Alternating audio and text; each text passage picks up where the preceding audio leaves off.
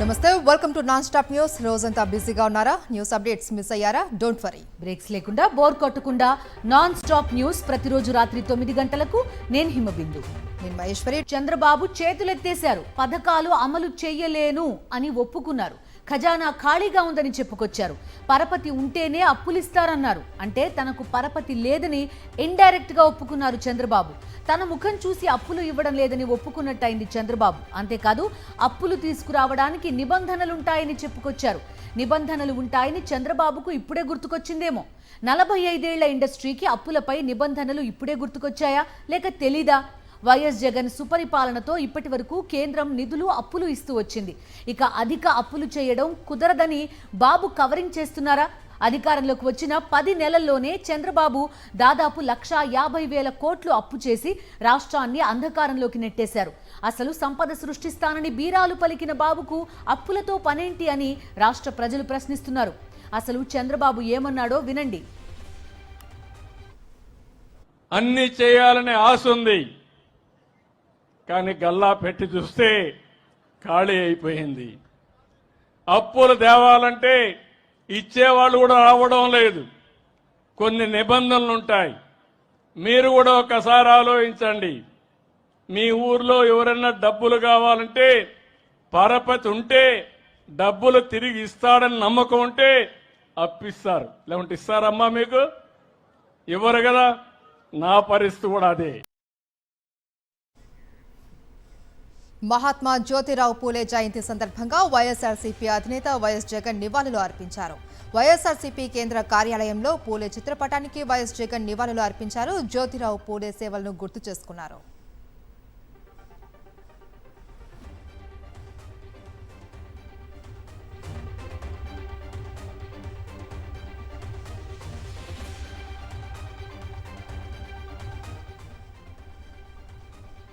అంతకుముందు మహాత్మా జ్యోతిరావు పూలే జయంతి సందర్భంగా YS Jagan tweet చేశారు. సామాజిక సమానత్వానికి, మహిళా విద్యకు మార్గదర్శకులు జ్యోతిరావు పూలే అన్నారు. అణగారిన వర్గాల అభ్యున్నతి, వారి విద్యాభివృద్ధి కోసం జీవితాంతం కృషి చేసిన గొప్ప సంఘ సంస్కర్త ఆయన అని కొనియాడారు వైఎస్ జగన్.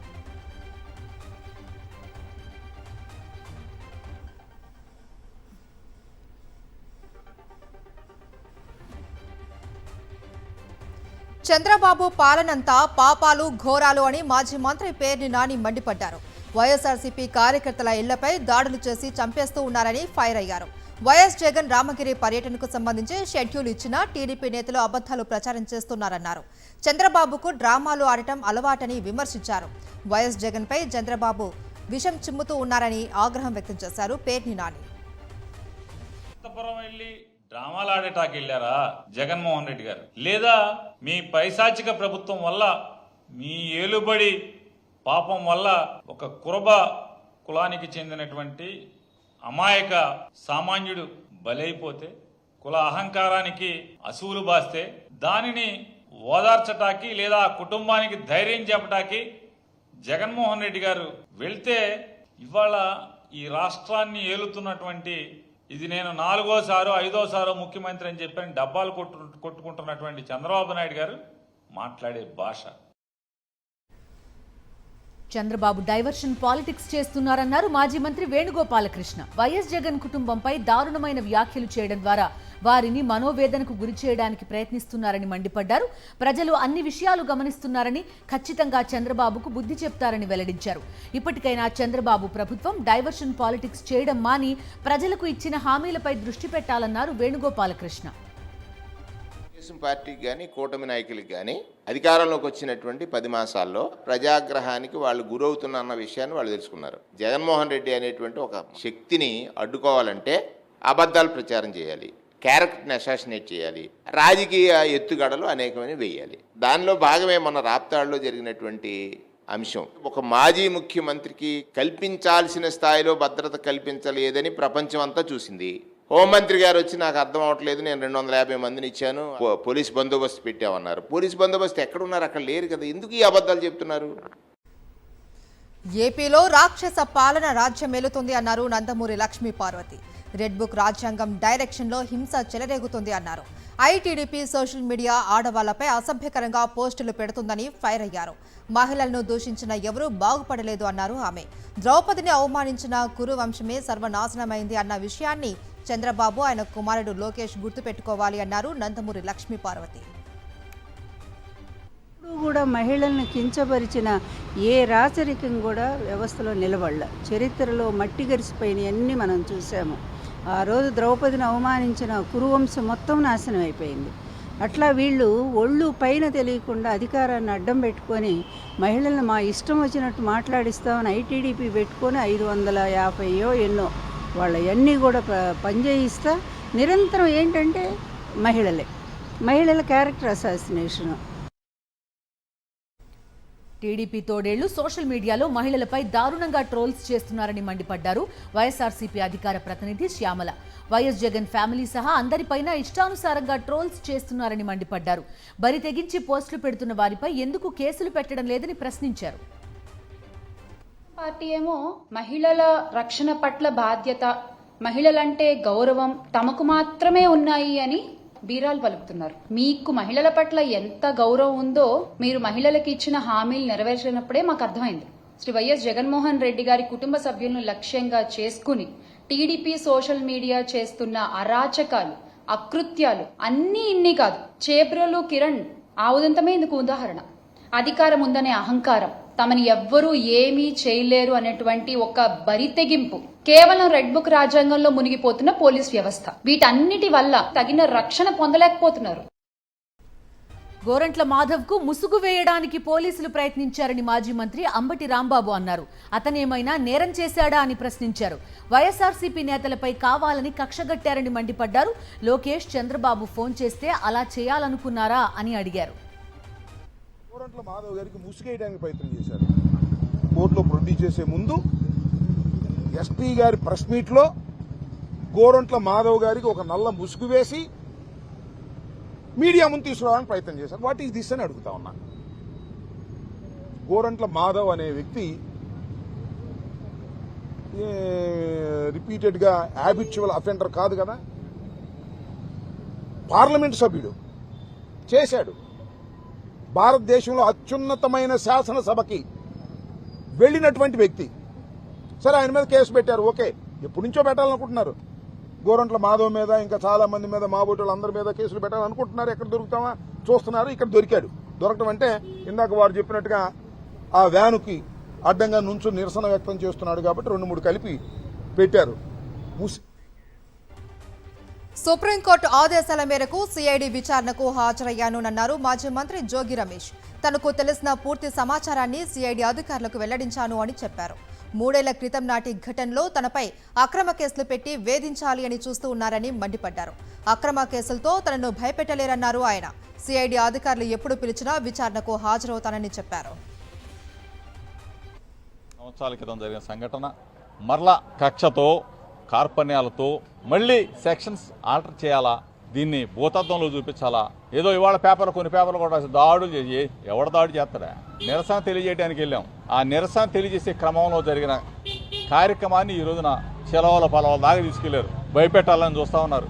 చిన్నప్పటి నుంచి నెక్కర్లు వేసుకున్నప్పటి నుంచి కృష్ణా జిల్లా రాజకీయాల్లో ఉన్నా ఏ రోజు ఏ పొరపాటు చేయాల, తప్పులు చెయ్యం. రాజకీయాన్ని రాజకీయంగానే ఎదుర్కొంటాం. సాక్షి ఎడిటర్తో పాటు మరో 6 జర్నలిస్టులపై అక్రమ కేసులకు నిరసనగా పాత్రికేయులు ఆంధ్రప్రదేశ్ రాష్ట్ర వ్యాప్తంగా ధర్నా చేశారు. పత్రికల్లో అన్ని రకాల వార్తలు వస్తుంటాయని, నచ్చకపోతే ఖండించాలి కానీ అక్రమ కేసులు పెట్టడం మంచిది కాదన్నారు. వార్త రాయడం సమాజంలో జర్నలిస్టు ప్రాథమిక హక్కు అన్నారు. కక్ష సాధింపు చర్యలో భాగంగా కేసులు పెట్టినట్టు భావిస్తున్నామన్నారు. రాజ్యాంగానికి ఏ వ్యవస్థ అతీతం కాదన్నారు.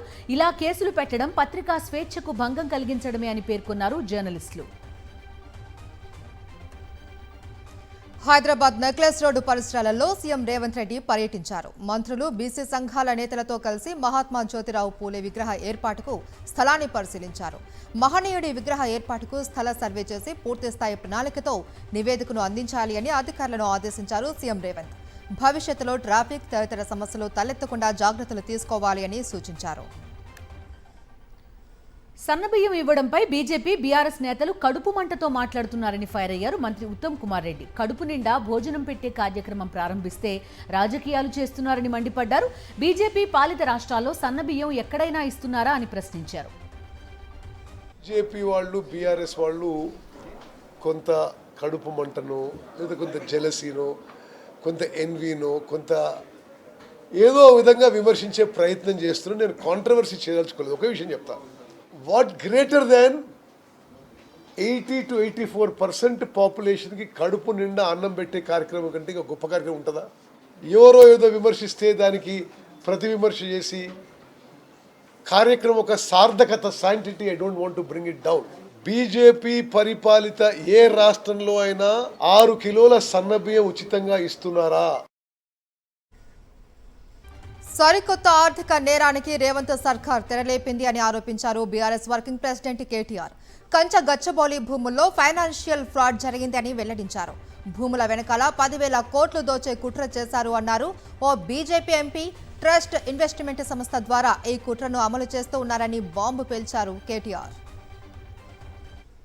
చనిపోయిన 3 జింకల గురించి కానీ, అదేవిధంగా అక్కడ చెట్లు కొట్టేయడం గురించి కానీ, దొంగల్లాగొచ్చి అర్ధరాత్రి అపరాత్రి అని కాకుండా 100 ఎకరాల్లో వారు ఏదైతే దాడి చేసినారో ప్రభుత్వమే రక్షించాల్సిన వాళ్ళే భక్షిస్తుంటే సహజంగానే ఆవేదనతో అటు హెచ్సియు విద్యార్థులు కానీ దేశవ్యాప్తంగా పర్యావరణవేత్తలు కానీ ఉద్యమం చేసినారు. దీని వెనకాల అసలు రేవంత్ రెడ్డి గారు ఇంత హడావుడి ఎందుకు చేస్తున్నారు అని మేము ఆరాధిస్తే 10,000 కోట్లను దోచే ఒక భారీ స్కామ్కు వారు తెరదీసినట్టుగా మాకు సమాచారం అందింది. 10 ఏళ్లలో బీఆర్ఎస్ 1000 ఎకరాలు అమ్మింది నిజం కాదా అని టీపీసీసీ చీఫ్ మహేష్ కుమార్ గౌడ్ అన్నారు. దీనిపై నిరూపించుకోవాలని సవాల్ విసిరారు ఆయన. హైదరాబాద్ చుట్టూ ఉన్న 1000 ఎకరాలను కేసీఆర్ తన వారికి అప్పనంగా కట్టబెట్టారన్నారు. కేసీఆర్ కుటుంబంపై సిబిఐ విచారణ జరపాలన్నారు. ఏళ్ల కాలంలో మీరు హైదరాబాదులో ఉన్నటువంటి బంగారం లాంటి ప్రభుత్వ భూములు ఎన్ని వేల ఎకరాలు అప్పనంగా అమ్మేశారు, ఎన్ని వేల ఎకరాలని మీ అనుయులకి కట్టబెట్టారు, ఎన్ని వేల ఎకరాలని డిఫారెస్ట్ చేశారు, కొండలు కరిగిపోయే రకంగా పనులు జరుగుతూ ఉన్నాయి. మీరు అప్పనంగా భూ విధ్వంసం చేసి మాయాజాలం చేసి అమ్మినటువంటి రోజులు ఇంకా ప్రజలు మర్చిపోలే. విశాఖకు చెందిన ఓ మహిళను వేధింపులకు గురిచేశాడు Anantapuram jailer Subbareddy. Nude call కోసం ఇబ్బందులకు గురిచేశాడు. Anantapuram jailer Subbareddy nude video call చేయాలి అని వేధిస్తున్నాడు అంటూ ఫిర్యాదు అందింది అన్నారు విశాఖ సిపి బాగ్చి. దీనిపై విచారణ చేపట్టి పోలీసు బృందాలను అనంతపురం పంపగా సుబ్బారెడ్డి తొలుత అజ్ఞాతంలోకి వెళ్లిపోయి తర్వాత మహిళా కోర్టును ముందస్తు బెయిల్ పొందారు అని వెల్లడించారు. అతను వివాహితను వేధింపులకు గురి చేసినట్టు తమ వద్ద ఆధారాలు ఉన్నాయన్నారు. యూనిఫామ్ పోలీస్ యూనిఫామ్ ఆల్మోస్ట్ ఒకే విధంగా ఉంటుంది కాబట్టి బాధితురాలకి అనుమానం వచ్చింది పోలీస్ డిపార్ట్మెంట్ అని. ఇమీడియట్గా మేము కేసు రిజిస్టర్ చేశాము. తర్వాత పోలీస్ బృందాన్ని అనంతపూర్ పంపించాము. కానీ ఆ లోపల అతను పారిపోయాడు. ఇప్పుడు మహిళా కోర్టు నుండి అతనికి యాంటిసిపేటరీ బెయిల్ వచ్చింది. 9వ తేదీ అతను పోలీస్ దగ్గరికి వచ్చి సరెండర్ చేస్తే మేము 41A CRPC కింద నోటీస్ సార్వ్ చేసి ఇప్పుడు వేగంగా దర్యాప్తు చేస్తున్నాం. విశాఖలో సాఫ్ట్వేర్ ఉద్యోగుల వేతనాలపై సాక్షి టీవీ కథనానికి కంపెనీ యాజమాన్యం స్పందించింది. సాఫ్ట్వేర్ ఉద్యోగుల 10 నెలల జీతాలను చెల్లించింది యాజమాన్యం. ఎల్టీడబ్ల్యూ ఐటీ బీపీఓ సర్వీసెస్ లిమిటెడ్ కంపెనీలో 10 నెలల నుంచి జీతాలు ఇవ్వలేదని సాక్షి టీవీని ఆశ్రయించారు బాధితులు. దీంతో యాజమాన్యం వేతనాలు చెల్లించింది. ప్రామిసరీ నోట్తో పాటు చెక్లను ఉద్యోగులకు అందజేసింది.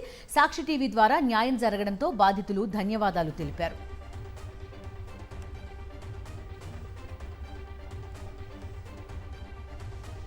వక్ఫ్ సవరణ చట్టంపై హైదరాబాద్లో ఆందోళనలు మిన్నంటాయి. మక్కా మసీద్ ఆవరణలో ముస్లింలు ఆందోళన చేపట్టారు. ప్రార్థనలు ముగించుకున్న అనంతరం వక్ఫ్ సవరణ చట్టాన్ని వ్యతిరేకిస్తూ నినాదాలు చేశారు. ప్లకార్డులు, బ్యానర్లు పట్టుకుని మక్కా మసీద్, చార్మినార్ పరిసర ప్రాంతాలలో నిరసన ప్రదర్శనలు చేశారు. వక్ఫ్ సవరణ చట్టంతో తమకు అన్యాయం జరుగుతుంది అని, కేంద్రం తమ నిర్ణయాన్ని వెంటనే ఉపసంహరించుకోవాలి అని డిమాండ్ చేశారు. ఇక ముస్లింల ఆందోళనల నేపథ్యంలో చార్మినార్ పరిసర ప్రాంతాలలో భారీగా పోలీసులు మోహరించారు. జాతీయ వార్తలు చూద్దాం. వచ్చే ఏడాది అసెంబ్లీ ఎన్నికలు జరగనున్న తమిళనాడులో బీజేపీ దూకుడు పెంచింది. రాష్ట్ర పార్టీ అధ్యక్షుడిని మార్చడంతో పాటు అన్నాడీఎంకేతో పొత్తు ఖరారు చేసుకుంది. 2026 అసెంబ్లీ ఎన్నికల్లో బీజేపీ అన్నాడీఎంకే కలిసి పోటీ చేస్తాయని ప్రకటించారు కేంద్ర హోంమంత్రి అమిత్ షా. అన్నాడీఎంకే జనరల్ సెక్రటరీ పళనిస్వామితో కలిసి చెన్నైలో పొత్తు ప్రకటన చేశారు. రాష్ట్రంలో పళనిస్వామి నేతృత్వంలో ఎన్నికలకు వెళ్తామన్న షా బీజేపీకి అన్నాడీఎంకే శాశ్వత భాగస్వామి అని పేర్కొన్నారు. ఎన్డీఏలో చేరడానికి ఈపీఎస్ ఎలాంటి షరతులు పెట్టలేదు అని స్పష్టం చేశారు. एआईडीएमके और भारतीय जनता पार्टी के नेताओं ने मिलकर तय किया है कि आने वाला तमिलनाडु विधानसभा चुनाव एआईडीएमके, भारतीय जनता पार्टी और सभी साथी दल मिलकर एनडीए के नाते लड़ेंगे. ये चुनाव राष्ट्रीय स्तर पर नरेंद्र मोदी जी के नेतृत्व में और राज्य स्तर पर एआईडीएमके के नेता एड़ापाडी जी के नेतृत्व में लड़ा जाएगा. తమిళనాడు బీజేపీకి కొత్త అధ్యక్షుడు రాబోతున్నారు. పార్టీ చీఫ్ పదవికి నామినేషన్ల ప్రక్రియ కూడా పూర్తయింది. అంతా ఊహించినట్టే నైనార్ నాగేంద్రన్ ఒక్కరే నామినేషన్ వేశారు. దీంతో ఆయనకే తమిళనాడు బీజేపీ అధ్యక్ష పగ్గాలు దక్కనున్నాయి. నైనార్ నాగేంద్రన్ దక్షిణ తమిళనాడు ప్రాంతానికి చెందిన ఓబీసీ నేత. తేవర్ సామాజిక వర్గానికి చెందిన నాగేంద్రన్ అన్నాడీఎంకే నుంచి బీజేపీకి వచ్చారు. 2036లో భారత్లో ఒలింపిక్స్ నిర్వహించేందుకు కేంద్రం కసరత్తు చేస్తోంది అన్నారు ప్రధాని నరేంద్ర మోదీ. ఒలింపిక్స్లో మెడల్స్ గెలిచేందుకు కాశీ యువత సిద్ధం కావాలి అని పిలుపునిచ్చారు. కొత్తగా స్టేడియం నిర్మించడంతో పాటు స్పోర్ట్స్ కాంప్లెక్స్ ప్రారంభించాము అని తెలిపారు. సొంత పార్లమెంటు నియోజకవర్గం ఉత్తరప్రదేశ్లోని వారణాసిలో పర్యటించిన ప్రధాని మోదీ 3884.18 కోట్ల విలువైన 44 అభివృద్ధి సంక్షేమ ప్రాజెక్టులకు ప్రారంభోత్సవాలు, శంకుస్థాపనలు చేశారు. ఆధ్యాత్మిక నగరం బనారస్ ఇప్పుడు అభివృద్ధిలో దేశంతో పోటీ పడుతుంది అన్నారు ప్రధాని మోదీ.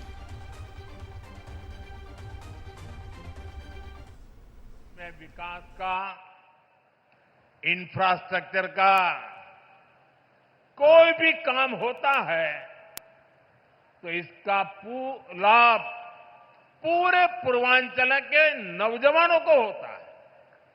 हमारी सरकार बहुत जोर इस पर भी है कि काशी के युवाओं को स्पोर्ट्स में आगे बढ़ने के लगातार मौके मिले.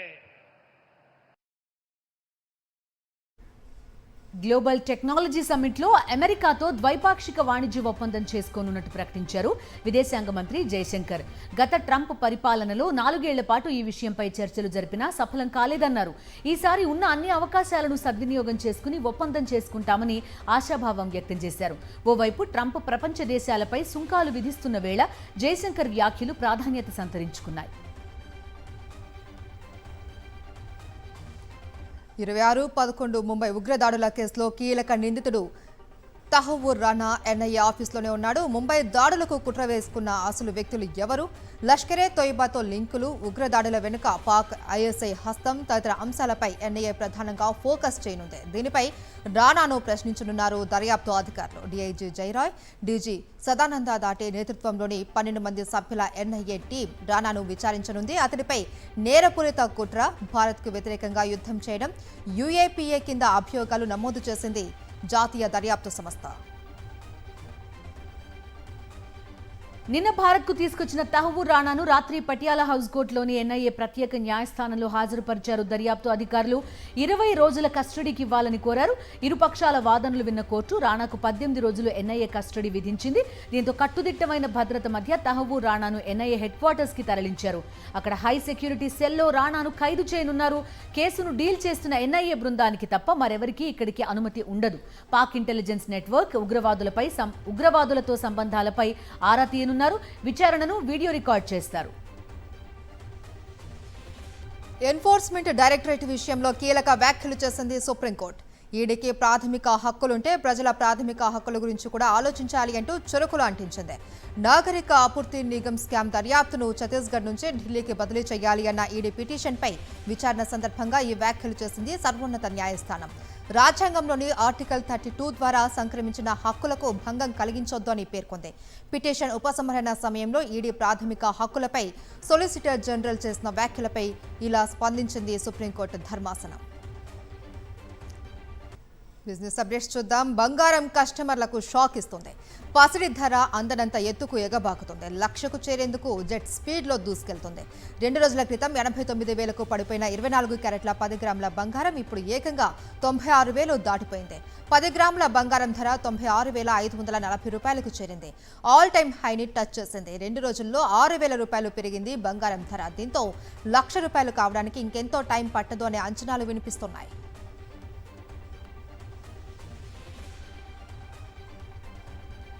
ట్రంప్ ట్యాక్స్ల ప్రభావం ప్రపంచ మార్కెట్స్ పై విభిన్నంగా పడింది. అమెరికా, చైనా మధ్య సుంకాల పోరు కొనసాగుతున్న దేశీయ మార్కెట్లు మాత్రం లాభాల్లో ముగిశాయి.